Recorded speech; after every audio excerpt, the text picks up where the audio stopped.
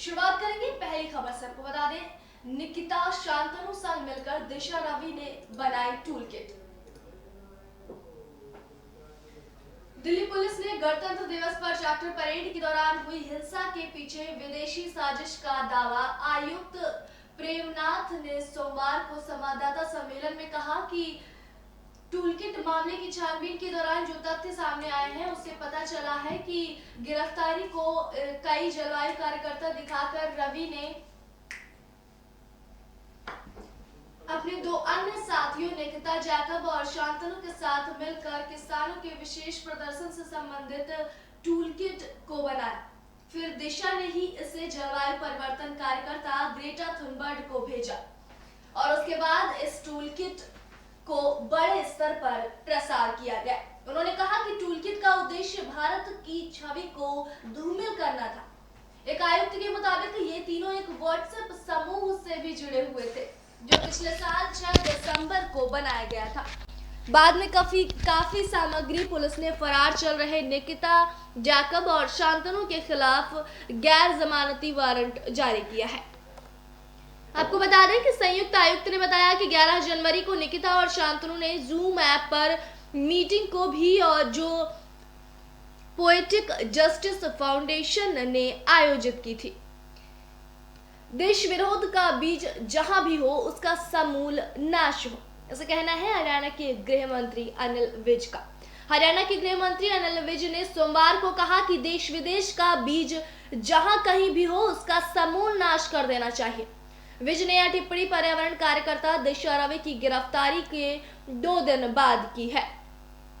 आपको बता दें, जलवायु कार्यकर्ता ग्रेटा थनबर्ग द्वारा सोशल मीडिया पर किसानों के प्रदर्शन से जुड़ी टूलकिट साझा किए जाने के मामले में दिल्ली पुलिस द्वारा दर्ज मामले में आरोपी वकील निकिता जैकब और पर्यावरण कार्यकर्ता शांतनु मुलुक सोमवार को बंबई उच्च न्यायालय का रुख किया। आपको बता दें कौन है निकिता और शांतनु। निकिता जैकब पेशे से वकील है। उनके ट्विटर हैंडल के बायो में अपना परिचय अधिवक्ता बॉम्बे हाई कोर्ट लिखा है। निकिता जैकब सामाजिक न्याय और पर्यावरण संरक्षण के मामलों को उठाने वाली कार्यकर्ता रही हैं। वही अपनी वेबसाइट पर अपने बारे में लिखती हैं कि वह एक महत्वाकांक्षी लेखिका और एक गायिका और मिमिक्री कलाकार है। साथ ही आपको बता दें वह एक शौकिया फोटोग्राफर और कुक भी है। आइए शांतनु के बारे में जानते हैं। शांतनु भी सामाजिक कार्यकर्ता है। पुलिस का कहना है कि शांतनु ने टूलकिट को बनाया था। उन्होंने 23 दिसंबर को एक व्हाट्सएप ग्रुप भी बनाया था। शांतनु आपको बता दें कि वीड के रहने वाले हैं। शांतनु एक स्वयंसेवी संगठन एनजीओ एसआर से जुड़े हैं, जिससे निकिता भी जुड़ी हुई है और वह पेशे से इंजीनियर है।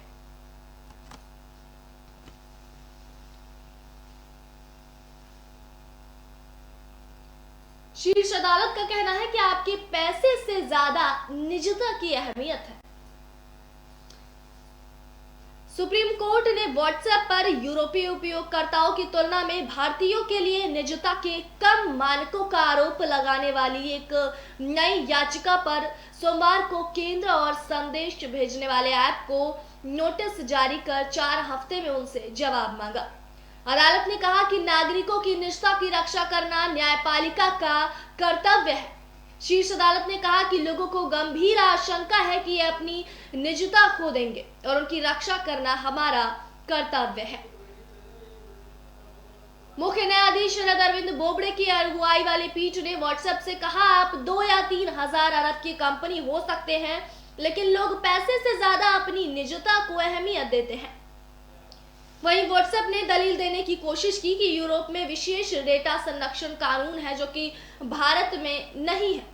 करमान्या सिंह सरीन के अंतरिम आवेदन पर सरकार और फेसबुक को मिल्कियत वाले व्हाट्सएप को नोटिस जारी किया गया है। यह नोटिस 2017 की लंबित एक याचिका में दायर अंतरिम आवेदन पर जारी किया गया है। आपको बता दें कि पीठ में न्यायमूर्ति एस बोपन्ना और न्यायमूर्ति राम सुब्रमण्यम भी हैं। याचिकाकर्ता की ओर से वरिष्ठ वकील श्याम दीवान ने दलील दी कि संदेश भेजने वाली ऐप भारतीयों के लिए निजता के निचले मानक लागू कर रही है और उसे फेसबुक के साथ डेटा साझा करने से रोकना चाहिए। पीठ ने कहा, हम श्री दीवान की दलील से प्रभावित हैं कि हमारे समक्ष प्रस्ताव दिया गया है कि डेटा संरक्षण कानून को अमल में लाया जाए। अब इस नीति के तहत आप भारतीयों का डेटा साझा करेंगे। व्हाट्सएप की ओर से वरिष्ठ वकील कपिल सिब्बल ने दलील की कि यूरोप में निजता को लेकर विशेष कानून है। अगर संसद ऐसा ही कानून बनाती है तो उसका पालन करेंगे। वहीं पीठ ने कहा कि नागरिकों को अपनी निजता के खो जाने को लेकर गंभीर आशंका है और उन्हें लगता है कि उनका डेटा और संवाद अन्य के साथ साझा किया जा रहा है और उसे देखा जाना चाहिए। केंद्र सरकार ने शीर्ष अदालत से कहा कि सोशल मीडिया ऐप उपयोगकर्ताओं का डेटा साझा नहीं कर सकते और डेटा का संरक्षण किया जाना चाहिए।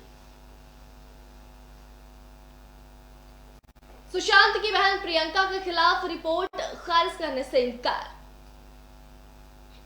बंबई हाई कोर्ट ने दिवंगत अभिनेता सुशांत सिंह राजपूत की मेडिकल पर्ची में कथित रूप से फर्जीवाड़ा करने को लेकर उनकी बहन प्रियंका सिंह के खिलाफ दर्ज की गई प्राथमिकी को खारिज करने से सोमवार को इनकार कर दिया।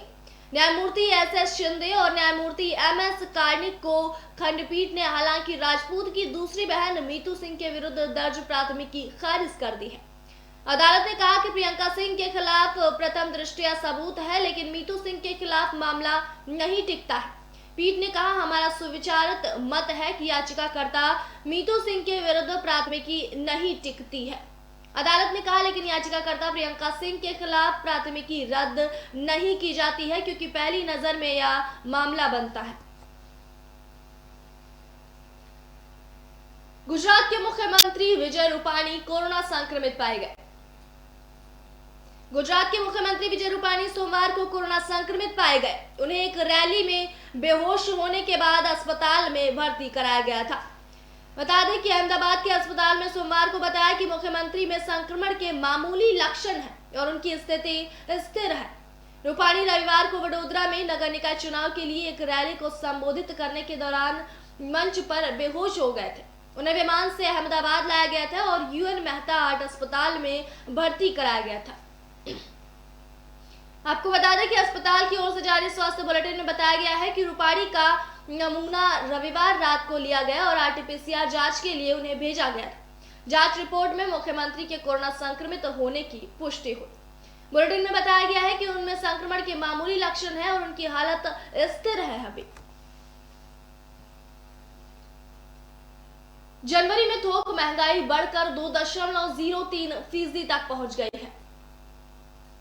खाद्य पदार्थों की कीमतों में नरमी के बाद भी थोक मूल्य आधारित मुद्रास्फीति जनवरी 2021 में बढ़कर 2.03% हो गई है। इसका मुख्य कारण विनिर्मित वस्तुओं के दामों में तेजी आना है। ताजा आंकड़ों में इसकी जानकारी मिली। वाणिज्य और उद्योग मंत्रालय के आंकड़ों के अनुसार जनवरी में खाद्य पदार्थों की कीमती में नरमी आई। हालांकि विनिर्मित गैर खाद्य वस्तुओं और ईंधन और बिजली वर्ग का मूल्य सूचकांक बढ़ने से आपको बता दें कि मुद्रास्फीति इतनी हो गई।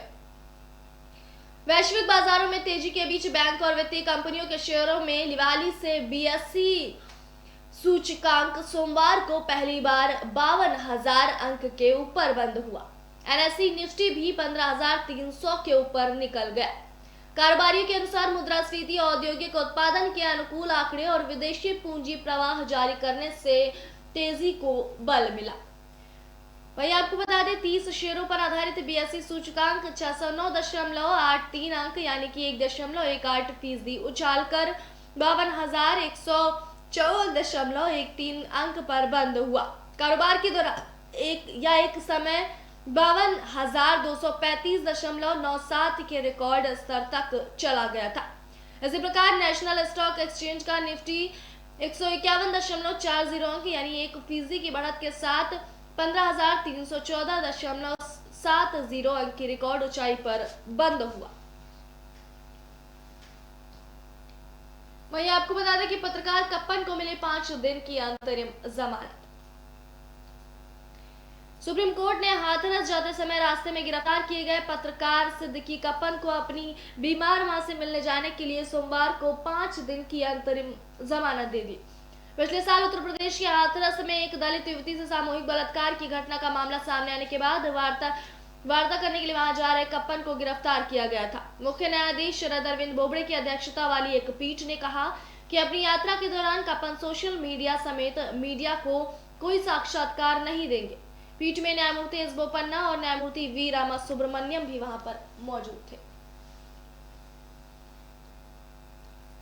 बंगाल में 5 रुपए में भोजन योजना। पश्चिम बंगाल में विधानसभा चुनाव की तारीख के ऐलान में पहले तृणमूल कांग्रेस प्रमुख और मुख्यमंत्री ममता बनर्जी ने सोमवार को 5 रुपए में भोजन कराने की योजना का ऐलान किया। कोलकाता के 16 केंद्रों पर इसे शुरू भी कर दिया गया है। इसे नाम दिया गया है मायरन्ना योजना।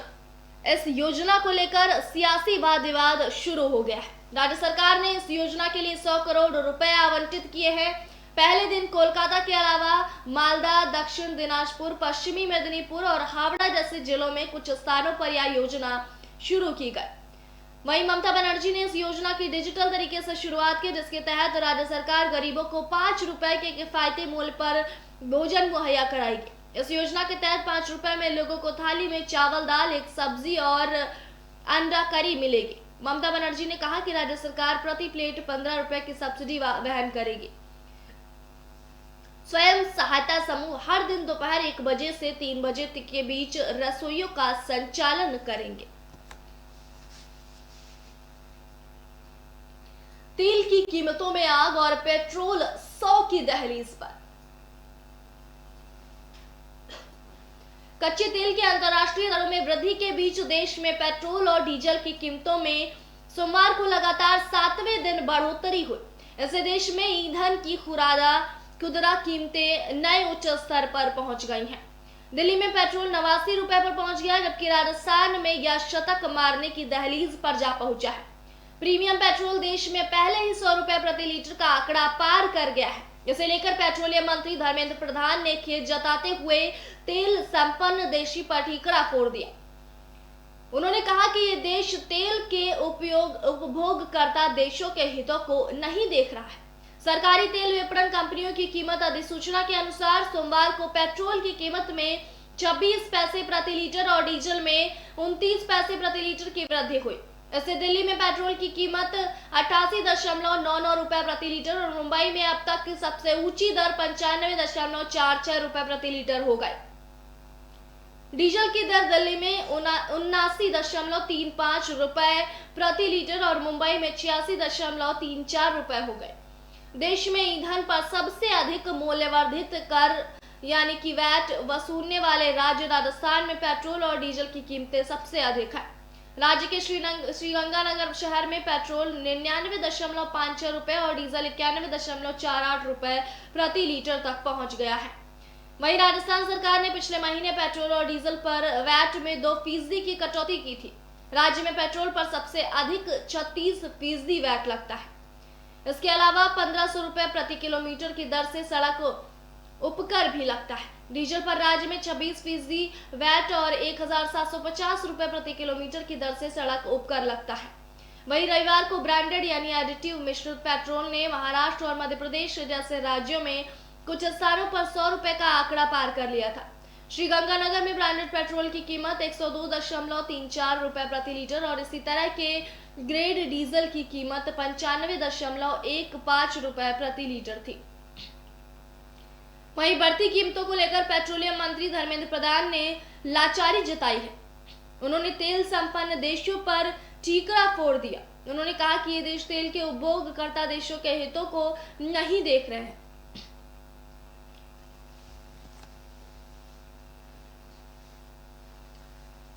उत्तराखंड आपदा के कारण दिल्ली एनसीआर में जलापूर्ति प्रभावित हो गई है। उत्तराखंड में आई आपदा के कारण दिल्ली के कुछ इलाकों में जलापूर्ति की समस्या रही। यह दिक्कत दिल्ली, नोएडा समेत गाजियाबाद के कुछ इलाकों में भी बनी रही।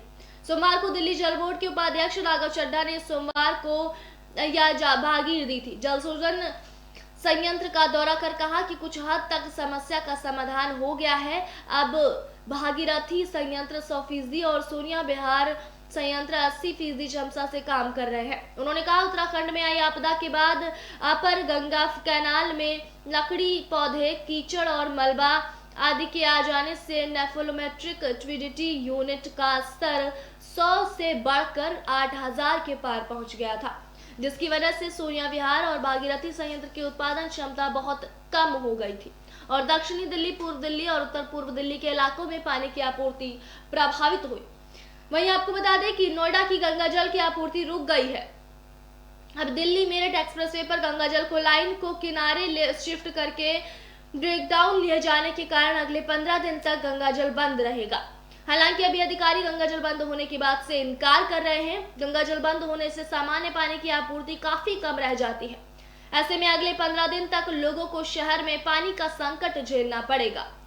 अधिकारी दावा कर रहे हैं कि पानी का संकट नहीं होने दिया जाएगा। गाजियाबाद में भी आपूर्ति प्रभावित होगी।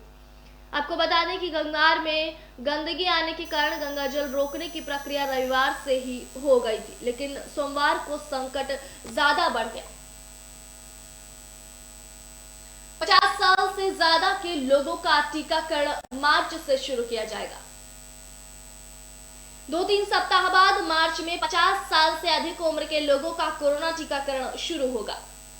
इस श्रेणी में 26 करोड़ के करीब लोग आते हैं। वहीं केंद्रीय स्वास्थ्य मंत्रालय हर्षवर्धन ने सोमवार को संवाददाता सम्मेलन में जानकारी दी। हर्षवर्धन ने बताया कि कुछ महीनों में हमें और कोरोना टीके मिल पाएंगे। उन्होंने बताया कि अभी देश में करीब 20 टीके परीक्षण के विभिन्न चरणों में हैं। उन्होंने कहा कि कोरोना टीकों को लेकर 18 से 20 कंपनियां प्रयासरत हैं और वे परीक्षण के विभिन्न चरणों में हैं। उन्होंने कहा कि भारत 20-25 देशों को टीकों की आपूर्ति करेगा। उन्होंने टीकों से संबंधित अफवाहों को खारिज करते हुए कहा कि सार्वजनिक टीके सुरक्षित और प्रभावी हैं।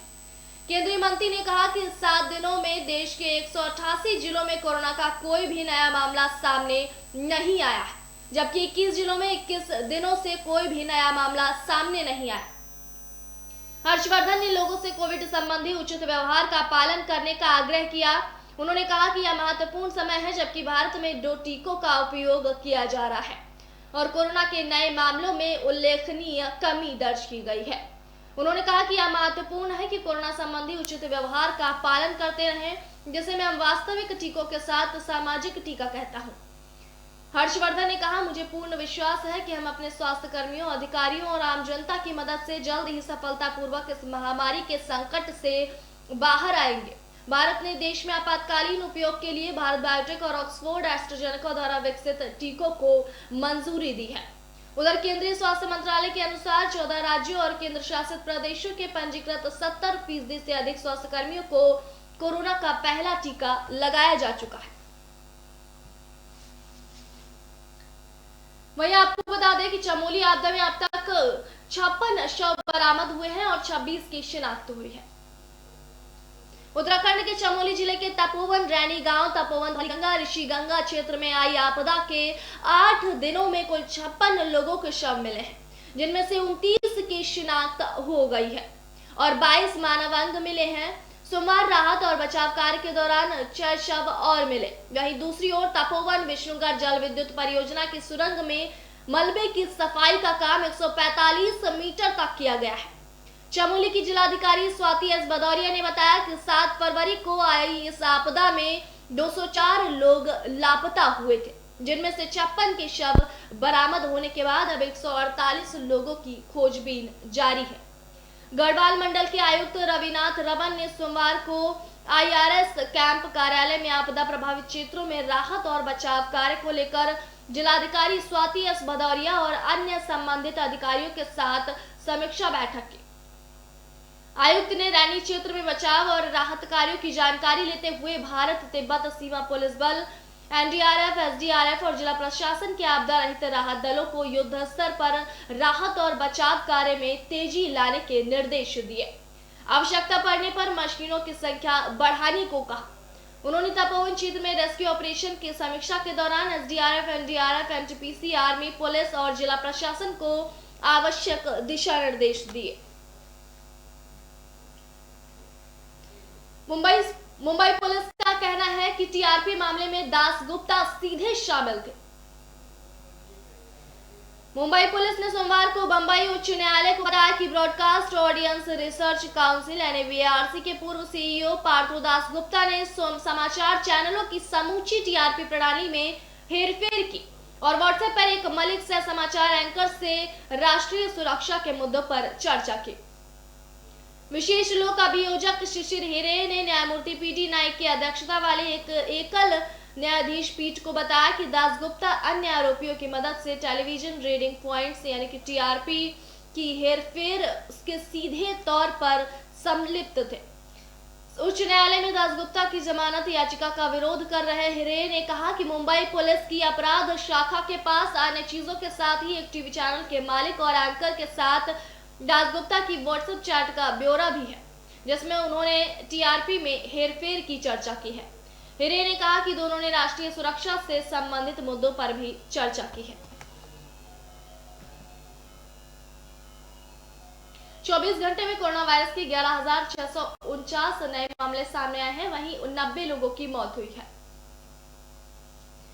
देश में एक दिन में कोरोना विषाणु संक्रमण के 11,649 नए मामले सामने आने के बाद देश में संक्रमितों की कुल संख्या बढ़कर 1,9,16,589 हो गई।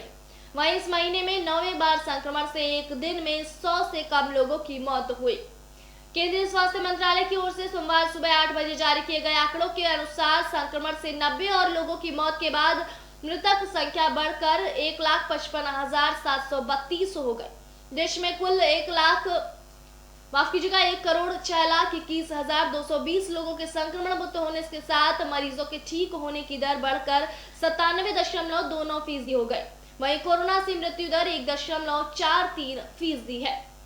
अभी उपचाराधीन लोगों की संख्या 1.5 लाख से कम है, जबकि 1,39,637 लोगों का कोरोना संक्रमण का इलाज चल रहा है, या कुल मामलों का 1.28% है। भारतीय चिकित्सा अनुसंधान परिषद के अनुसार देश में 14 फरवरी तक 20,67,16,634 नमूनों की कोरोना संबंधी जांच की जा चुकी है। इनमें से 4,86,122 नमूनों का परीक्षण रविवार को किया गया था। देश में 24 घंटे में जिन 90 लोगों की कोरोना से मौत हुई, उनमें से महाराष्ट्र के 40, केरल के 15, तमिलनाडु के 6 और मध्य प्रदेश के 5 लोग शामिल थे।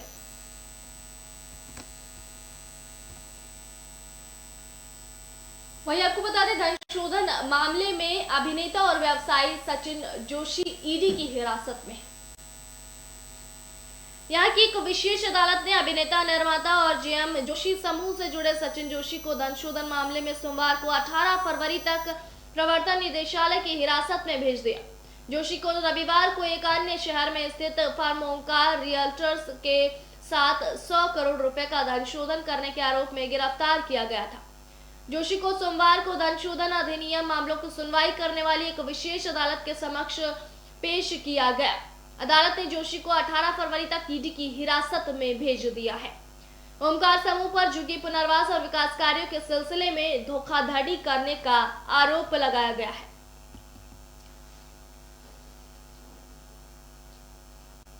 गुड मॉर्निंग भारत में स्टार न्यूज। नमस्कार।